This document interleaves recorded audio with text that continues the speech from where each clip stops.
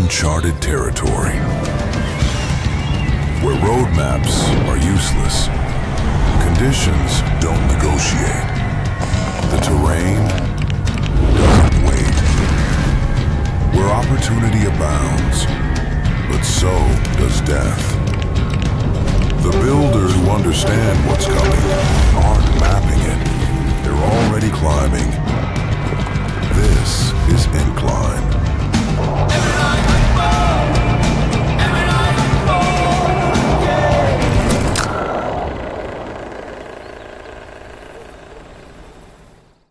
And we have Brett Turner joining us. Brett, how you doing today? Thanks for joining. Doing good. Yeah, thanks for having me. All I heard on the way in was last guest and curiosity hat on. So I don't know where we're going with this, but I'll try to.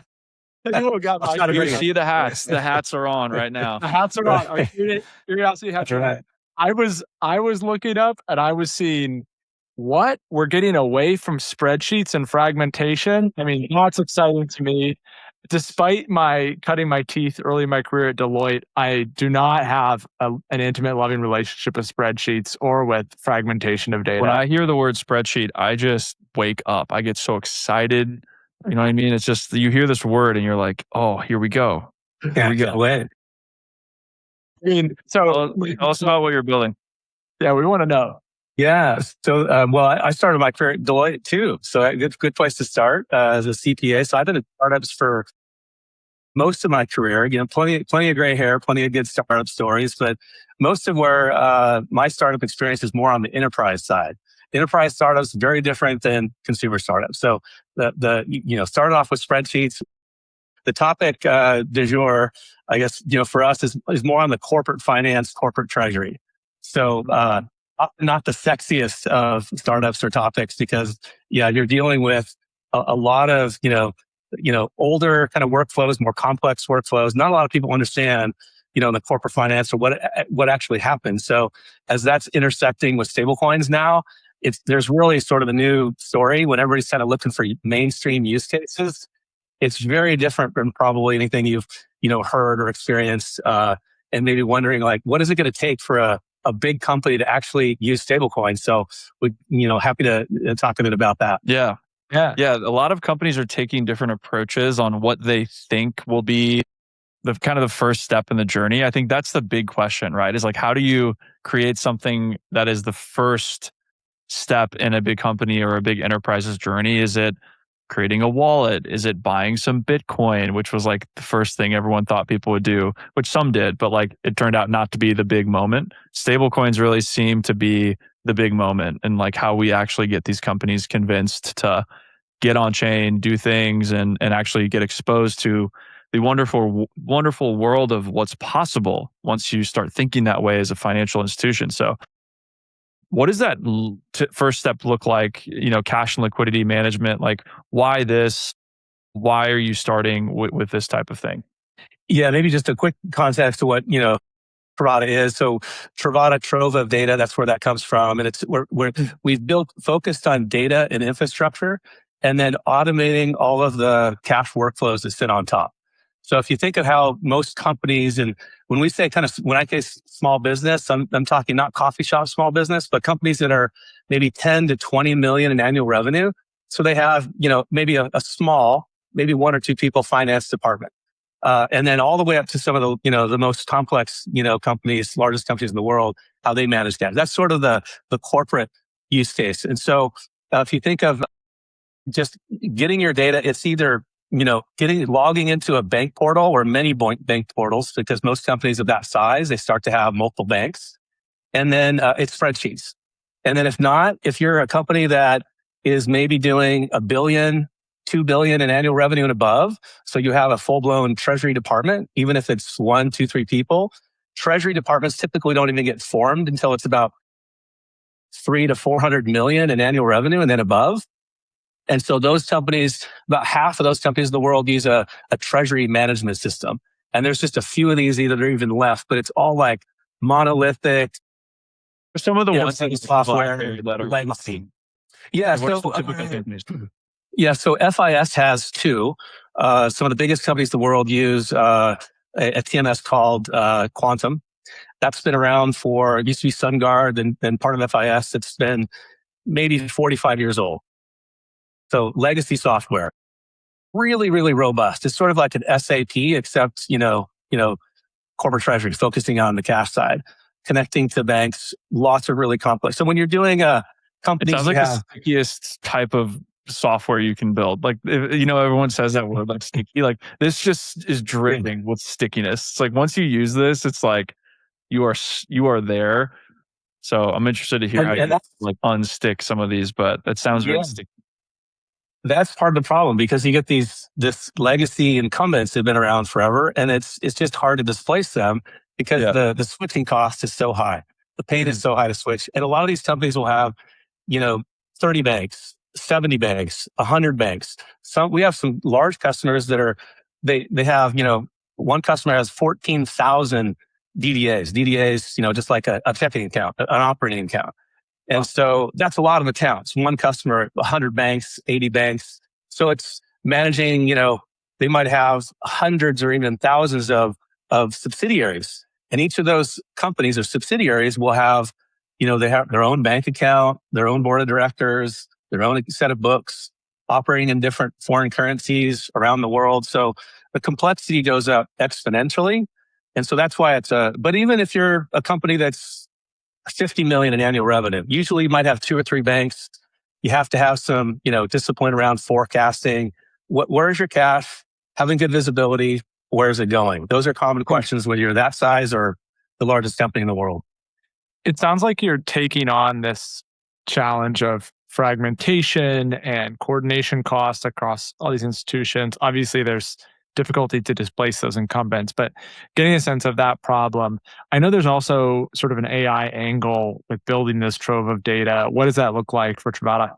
Yeah, so we were the first company to build APIs in corporate banking. So if you think about there's no plaid of corporate banking. So it starts with data. So how are you going to get the data? And so we ended up pioneering APIs with a lot of the banks. Now, even today, there's still no standards. So we've kind of become a de facto standard, and really is the first company to sort of normalize across that data and then transform all that data across APIs with a lot of the big banks, a lot of SFTP, host-to-host connections, hundreds of those, and then an API with Swift as well. And that has access. But again, all the old school, new school, just all common. And then being able to build an application layer on top. So companies that are, again, that would be more mid-market, and then all the way up to large enterprise companies with very complex workflows from FX hedging and debt management, capital markets, on and on. So so that whole range. But what we've done is it's all modern. So it's all kind of cloud native, serverless. We use Bedrock, Agent Core. We're all kind of fully native in AWS. In AWS's suite of services. And so the only way, or the only company that's deployed in that way in this kind of legacy space. And so we're really driving this whole modernization aspect with AI, with APIs, leveraging your data in new ways. And then that whole way to transform, but kind of quickly move through and be nimble with that high speed performance, adding a lot of features and functionality. Now with AI, especially adding agents, chat, all these are new. And it's just moving people into new territory and new capabilities. Love it. Very exciting. So Drew mentioned this a little bit, talking about the stickiness of this, and you sort of talked about the difficulty and it actually being an issue to displace some of the maybe less solution-oriented incumbents or less sort of ready to do this. That said, looking at all these logos, we've got lots of household names. You've managed to wedge in there. What does that journey look like with you? I know you guys have been operating this for about a decade, so you had a little bit of time. But how have you gotten in with both the sort of big institutional banking names, but also some of these customers? I saw Gibson, Krispy Kreme, lots of different large, well-known companies that that it seems like you're partnering with here too. Yeah, on the enterprise startup, it just takes a lot longer. And go-to-market strategy has got to be important. Partnering with the right folks, distribution is really key. So again, since our journey started at data, on the data side, it also, where do you get the data from? You get it from banks. And so it became a natural path to partner with banks. A lot of banks like JP Morgan, Wells Fargo, Capital One, NAB, they've all invested in Trovata, State Street, MasterCard. And so we've got that consortium of players as investors. And because everybody acknowledges that there needs to be a new experience to manage cash, the bank portal is legacy. TMS is legacy software. And so we got really close to banks, and banks have been a part of how we distribute our products. So we get referrals, we white label, and now we're even launching, even more significantly with a lot of our bank partners. So when you kind of build it in that way, and then on the enterprise side, you have to maniacally focus on details, because on the enterprise side, the stakes are higher. So if you mess up, you don't get the same level of forgiveness like in a consumer startup, or what maybe things aren't right. You could, we'll just do it right tomorrow. It's like, you might not have it tomorrow. And so you got to have that kind of cultural and that kind of mindset from the beginning. And when you focus on that kind of rigor and resiliency, things start to stick, things start to stack. It takes a little longer, but once you get going, it really starts to stack and build. So seeing that you guys, I'm sure, are innovating constantly about how we do this better, how we manage this data better, and how we help people manage treasury, what is truly world-class 2026, or even you could say like 2028, if we want to view forward, look like in terms of treasury management, how companies are managing their cash, tracking this data? What does the best in the world look like? That's a good question, because probably it's when you kind of look at the corporate side, it just isn't as, sexy as consumers. So when you have something, new and state of the art, usually on the consumer side, it's sort of a proxy for what happens on the enterprise side when it's ready. And so there's a lot of kind of warming up to this. But I would say, the big things right now is just AI, being able to, and then even a cloud native, just being able to have your infrastructure, fully serverless, or that, high performant, or it shows up to customers when they see that they can get features a lot more frequently, and things don't, if you need to add a new feature or you have a request, it doesn't cost a lot of money, or it doesn't take a year to get. And so when you start to see that kind of nimbleness and things start to build in that way, and then also, just now you're able to use AI, kind of like you get to experience maybe for other things outside of your core job of treasury. When that starts to happen, you're like, yeah, it's a very noticeable difference using a more modern experience versus, something that's legacy that, feels like the UI is from the 80s.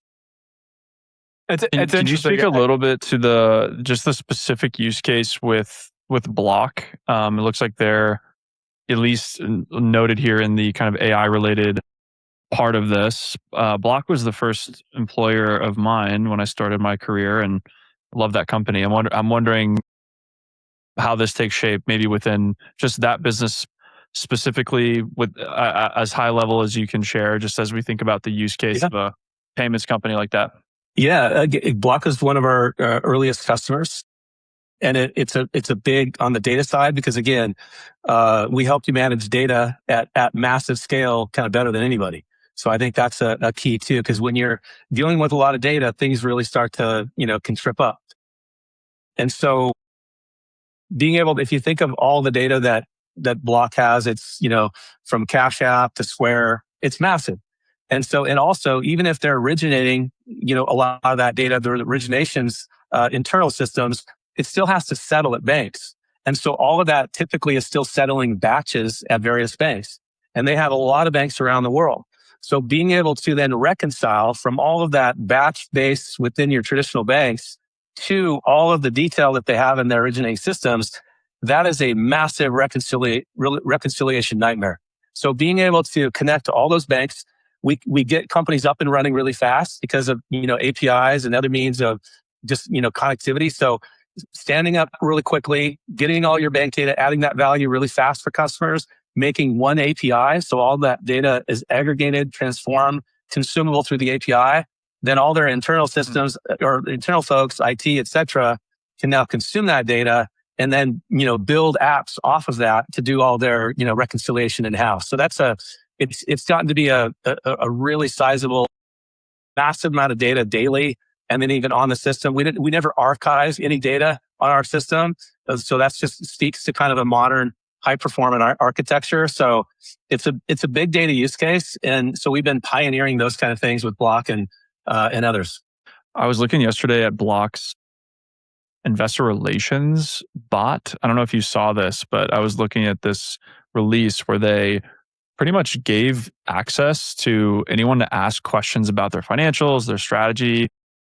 It's I've never seen a public company do something like this. Is anything related to what you're building powering this type of intel, or would this be like a totally separate thing? Or perhaps they're referencing some stuff with what you guys have?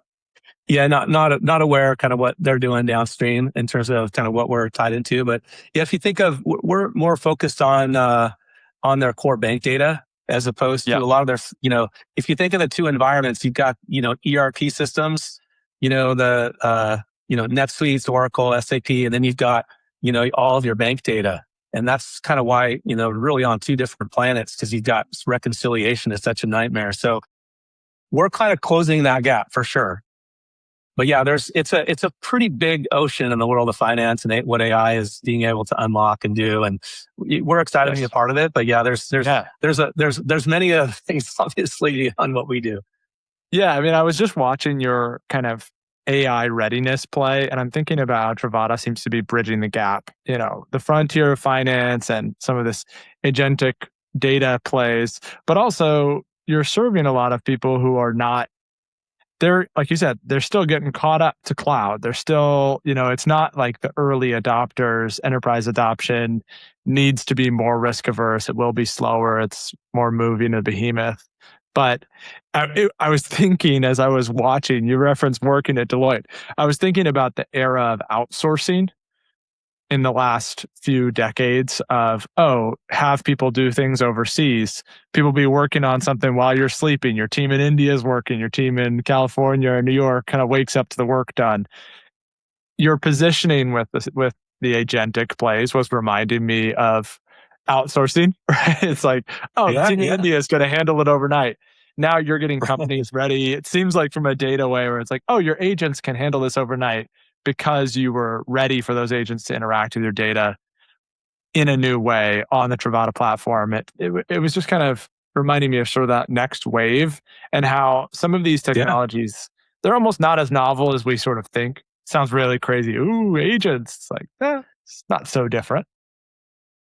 Yeah, and there's a lot of talk about stuff, announcements we've seen, even with stablecoins and stuff. And it's like, what's real? I think what if you think of even the global financial system, why has most of fintech is, mostly about point solutions?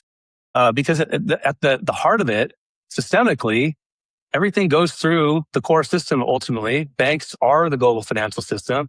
So now you have that really has never really adopted cloud. A lot of the core systems, banks have to have COBOL programmers work on their core systems, right? So now when you look at everything kind of moving on chain and you have stablecoins as sort of the killer app to kind of help folks get there, you've got really two planets. And so, some of the stuff you think, well, cloud isn't that sexy anymore. That's so, yesteryear. And that was my last startup. That was 15 years ago or 12, 13 years ago. So everything that's changed everything. But it hasn't really hit this digital transformation. It never really hit the financial system. And it kind of needed more of a compelling event. And I think that's where blockchain, that's where stablecoins, tokenized deposits in maybe the lingo and the way the banks have to consume those, like that's driving massive change. That is the compelling event. And that's speeding up everything. And that's why it's exciting for us, because as a modern platform, we've kind of done everything better from, the traditional side. So we kind of have to earn our keep and do it that way first. But now where everything is going, we can hit all those things in stride. And I think honestly, that's where it's going to expose a lot of the folks that are saying, oh yeah, we're, attaching an LLM to their database and saying, we're an AI company. And it's like, that's going to get exposed really, really quick. And we're starting to see it. And our customers are seeing the difference. And I think that's getting really exciting. And it's fun to kind of look forward because everything is moving so fast. And change is finally here in the financial sector in a big way that we've all been waiting for. How would you know if that's happening? Like, the difference of what a customer would see of that approach versus what you all are doing. What would be some tells that would indicate, like, Trovata's done it this way versus maybe some other approaches that might look similar on the outside if you're looking at a website or something? Yeah, I think maybe an example would be even with the banks now, because it's all this whole rush to having a tokenized money. And so what does that mean for the banking business model? Because if you think of like a demand deposit, your checking account, essentially, that's a liability on the bank side. And then the bank is loaning against that. And then they have reserves, of course. So the whole regulatory model focuses on all that, on all those different sides. And now when you have the crypto lobby and the bank lobby fighting for clarity, which the whole battle is around yield, and worry about flight of deposits. On the corporate side, though, it isn't really a yield thing at all, because yield isn't your number one thing when it comes to the corporate side. It's liquidity. Access to cash is not, you're not focusing on optimizing, interest income on some of your on your operating cash. And so there's two different kind of divides, and that's why it's different. So when you see now the banks that are moving toward, they have to have, a tokenized deposit or a deposit token, that has to fit into the bank's world of how they function and how that works from a lending perspective to, again, deposits, how to, control, have, yield control, custody of those reserves. Those are things that are differently maybe than in the new world of stablecoins outside the bank. So there's kind of a different way of how do stablecoins kind of land in the banking world? Well, it's going to be a little different. But I think at the end of the day, because we're having a lot of these conversations with our banking partners, even if you get a tokenized deposit or a deposit token, what are you going to do with it? How do your corporate customers consume it? And at the end of the day, that's very different than a consumer story. On the corporate side, it has to be in your corporate governance, your security, internal controls. All of the things that matter to corporates has to have utility within all where you manage all your current workflows currently. You can't just, set up a Coinbase wallet and start moving money in a single account out there. It needs to be in the context of all your other corporate cash, right? Yeah. Yeah, it's interesting. I think we spend a lot of time with the startup, maybe mid-market community around folks who are, able to move quickly. They're not getting regularly audited quite yet. The risk is high and the downsides are low of potentially doing something like startups who are raising capital. Like it does sometimes feel like a growth at all costs mindset versus let's make sure we're here for the next 20 years mindset and keep our brand, really, really strong. The idea of the alternative side of that spectrum, the companies and people you're talking to, like, because of how it sounds like the use case is like, we're not going to be speaking with these types of small companies. We're really only working with big brands, lots of volume, companies who use treasury management systems already. The idea of like a group like that inherently is probably going to move slower. They're going to be very intentional with these moves. Like, how do you, when you're looking at positioning this product and getting things like stablecoins utilized to a group like that, what are some key ways that you drive real adoption, get people off zero, especially for folks who might be more in the seat of an enterprise? What are some ways you've been able to achieve that? Make I it feel think safe?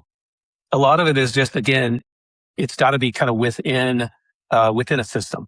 At the end of the day, any company, as you start to get a little bit bigger too, if you start to manage, it's all about repeatability, right? In process.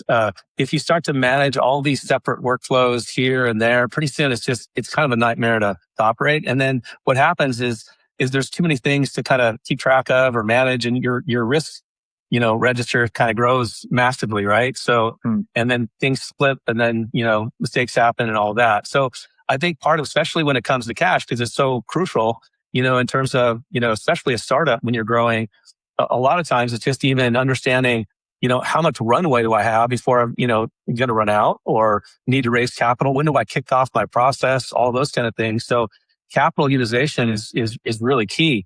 And so just getting good insights. So if it's just getting good visibility, good insights, the common questions that, oftentimes, I think, startups and founders will look at, they'll say, well, it feels like we're crushing it, but I just looked at how much cash we have in the bank. It doesn't reflect that at all. I've been there. Our investors, I know that feeling. Yeah. Our investors are kind of, getting after us. It's like, I'm trying to tell them, and they're all of a sudden now it feels like you're speaking different languages, right? So I think that's kind of a big part of this, having good visibility of your cash, seeing where that's going, having a good way to forecast it. But it's in a system. And even if you have not a lot of complexity, that visibility and those analytics are really powerful. And that's a big part of, kind of my experience of, and then sort of discovering even large corporate treasury and, even when I was at Amazon and, seeing how they did things, the complexities stack, but still there's similar kinds of pain points. They just grow and get more exponential. Do you, are you familiar with the business P-Pro? The payments company? No. P-Pro. This was like my first use case. Yeah, ppro.com. First use case of really seeing stablecoins in like a treasury context where it really started making sense for me. This company was I was at Coinbase at the time. This company's service is Adobe, and they were essentially trying to manage Adobe's treasury for them in like a local market like Argentina. And it was the first time that stablecoins, USDC specifically, was kind of the light bulb moment for me went off was like, hey, could we open a Coinbase Prime account for Adobe? And could we open like a handful of these for their different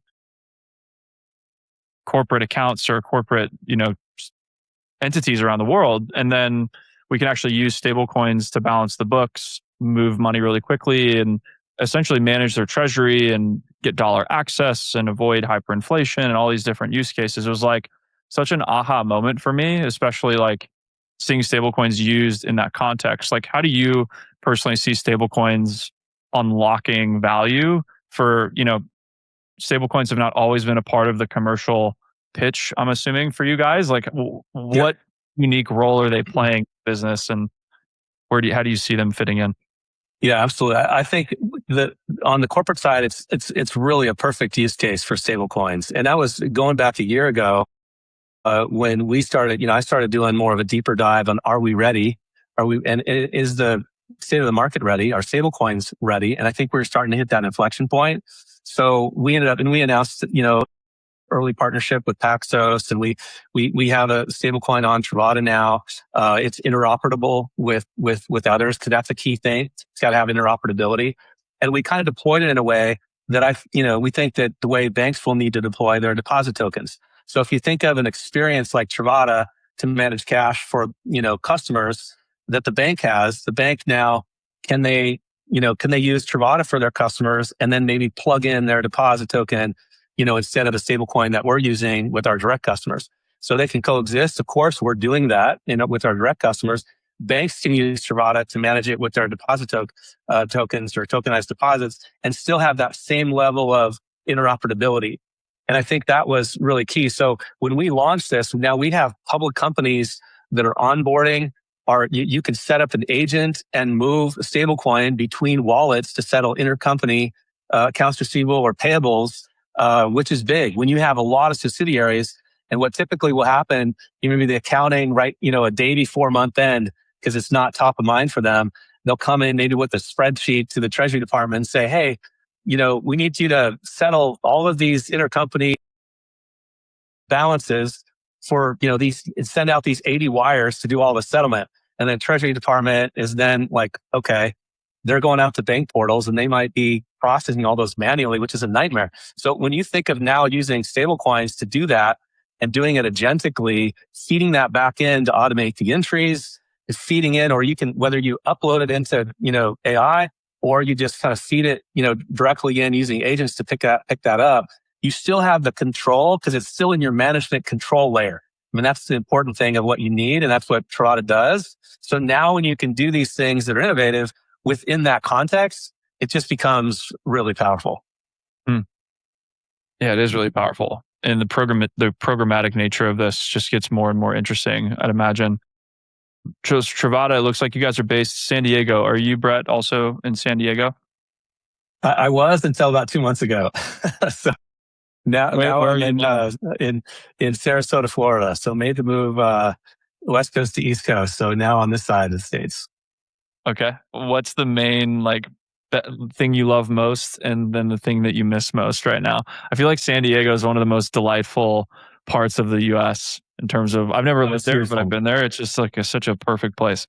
Yeah, and then moved and lived the last 3 years because we're down there for 12 years. So I moved my family down prior to starting Trovata. San Diego for 9 years, was in Newport Beach for last 2-3 years. So it's I'll say for sure the big thing is the weather. I mean, it's there's no greater place than the weather. And do you ever I'm telling people now, Steve Capozza down there in this world? No, I haven't heard of him. I'll look him up. He's a San Diego. He ran the corporate business for like payments at Coinbase. But okay. Yeah, I'm telling people now, like I probably sweat more in the last 2 months here than I have for the last 10 years. So, yes. So anyway, I'm looking forward to getting out of the. We moved at the probably absolute worst time to here in Florida, but we're getting the hard part down the list. So. And is the team global, kind of spread out all over the place? Yeah, we're all remote. I mean, in the early going too, because we've been in market for now a little over 7 years. So again, we had office space there. Once COVID hit too, it's probably hit the peak of we're really starting to grow fast, and we're hiring remotely. So we've been fully remote for the last since then. Really, now it's 6 years. So we're spread all over the place. We even have folks in Australia. We have, folks in Europe. So it's, I feel like we've gotten really good at kind of managing remotely. So it's tough to go back. What's the one tip for managing remote well? I suck at managing remote well, so I'm asking for myself. So many things. I think when it comes to, especially on the enterprise startup side, there's just because of the heightened stakes. You're always, it's ingrained in you where you just have to over communicate. So I think that's always just a big, This is why communication is a big part of it. Yeah, you got to stay on it. You got that's using a lot of the tools to stay connected is key. Yeah, you got to communicate what you're going to do it, and then communicate what you did. I feel like that's like the before and after of that is something I think I need improvement on. But anyway, Brett, anything we missed as we kind of close here about the business, what you're building, specifically as it relates to what we're working on with Breeze in this segment with agentic commerce focused thought leadership, and how you're thinking about the space? Yeah, I mean, I just think we're at a major inflection point. I think everything is picking up. We know that AI is propelling things along. And what's cool is that now as everything is kind of moving on chain, stablecoins is really a compelling driver to kind of drive change. But then also you have AI that is the tailwinds that's also teaming up with stablecoins. And those two, is creating this flywheel of movement and change. And it's only speeding up. So that's exciting. And I think for us, we get to work with a lot of banks.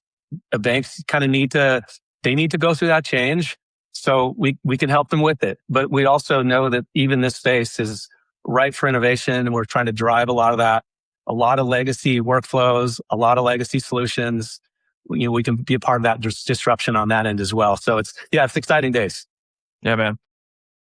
What would be the one team as it relates to what you're building at Trovata, like partners? You mentioned Paxos on the kind of the back end of this that we should talk to next, learn from, specifically kind of in your world, people you've liked working with, any like sponsored like if you were to refer someone to be on? Yeah, that's a good question. I don't know if there's a lot of companies we work with. I would say there's a lot of, there's a lot of banks that we work with. I think banks that are sort of, pressing ahead because not all banks are kind of in the same spot, or they're not moving at the same pace. Yeah. I've always wanted to do a banking focused part of the show. Like just meet. I know it's like sounds the most boring thing ever, but we have never done that well. Like really highlighting people within banks who are leading the charge of helping banks adapt and evolve and implement some of this stuff. That would be very, very interesting to do. Because they're out happy, there, happy to connect with you to a few folks maybe that you could talk to and they might be interested kind of sharing a bit. Cool, man. Well, let's make it work. Thanks, Brett, for the time. This was fun. Appreciate it. All right, thanks for having me on, guys. Appreciate it. Cheers.